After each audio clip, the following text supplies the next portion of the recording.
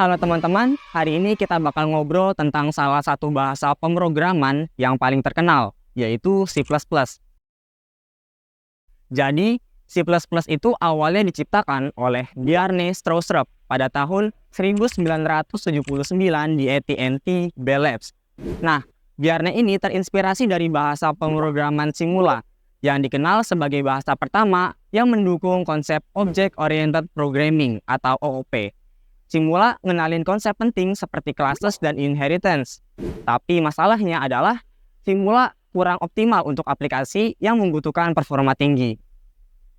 Karena itu, Bjarne mulai berpikir nih, gimana sih caranya menggabungkan konsep OOP dari Simula dengan bahasa C yang sangat efisien dan cepat. Nah, karena dia mempunyai ide tersebut, dari situlah lahir C++, ya, bahasa yang memadukan OOP dan performa tinggi. Nah, awalnya bahasa ini tuh dikenal sebagai C with classes, sampai akhirnya diberi nama C++ pada tahun 1983.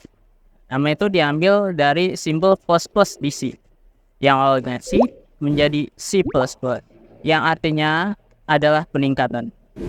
Setelah itu, pada tahun 1998, C++ distandarisasi secara resmi oleh ISO dan terus diperbarui dengan versi-versi baru seperti C++ 11 dan C++ 14, kemudian sampai saat ini adalah C++ 23.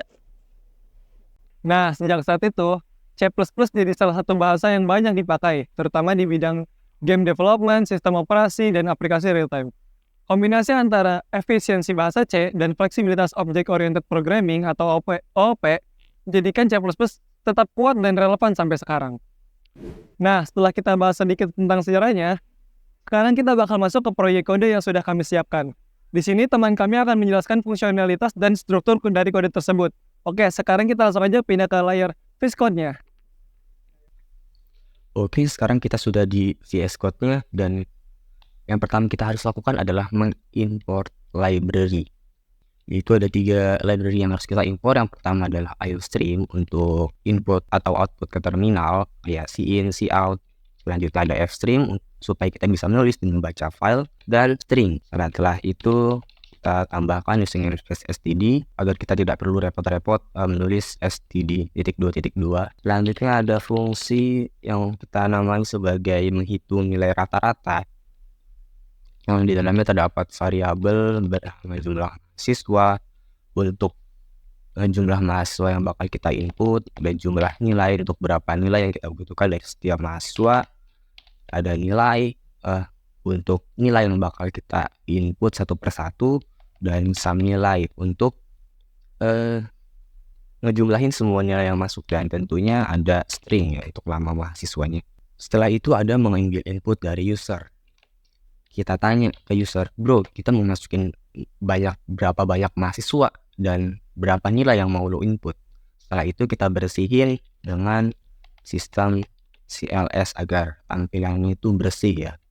Selanjutnya ada loop. Nah, loop yang pertama kita bakal muter sebanyak jumlah mahasiswa. Jadi kayak absen anak-anak di kelas satu persatu. Selanjutnya itu ada ignore untuk membuang input sisa biar nggak ngaco pas kita minta nomor lengkap. Karena kalau nggak pakai ini bakal ada error lah atau ada masalah di terminalnya. Selanjutnya ada getLine sim dan nama, itu biar kita bisa ngedapetin nama lengkap termasuk spasinya, dan sum nilai 0. Kita reset sum nilai setiap mahasiswa biar gak kecampur sama yang sebelumnya. Loop yang kedua ini adalah untuk input nilai sesuai jumlah yang diminta. Selanjutnya ada validasi. Validasi ini untuk memastikan gak ada nilai yang ngaco. Nilainya harus antara 0 sampai 100. Setelah itu kita hitung rata-ratanya. Setelah semua nilai masuk, kita hitung rata-rata pakai formula standar aja. Dan yang terakhir yaitu adalah simpan ke file. Jadi simpan ke file itu semua hasil dari rata-rata tadi bakal ditulis ke file nilai mahasiswa.txt, dan kita menggunakan iOS to append. Jadi kita bakal melanjutkan nilai-nilai yang sudah ada. Dan untuk is open yaitu cek kalau filenya kebuka. Kalau enggak, dia bakal memberi warning gagal membuka file. Dan yang paling terakhir, integer main. kita panggil aja fungsi yang di atas dan kita bisa menjalankan kodenya. Oke, ini adalah tampilan ketika kita menjalankan kodenya. Yang pertama akan memasukkan jumlah mahasiswa, misal kita ada 3, masukkan jumlah nilai yang ingin diinput, misal ada 3 juga, misal memang saya sendiri. Jika kita lanjut akan memasukkan nilai dan langsung muncul rata-rata dari nilai saya dan langsung disimpan ke txt itu.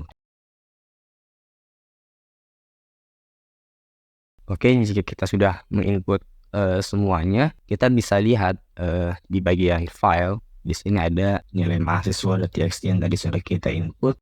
Nah, itulah cara membuat program C++ sederhana untuk menghitung nilai rata-rata mahasiswa dan menyimpannya ke dalam file. Ingat, coding itu terus berkreasi dan terus belajar.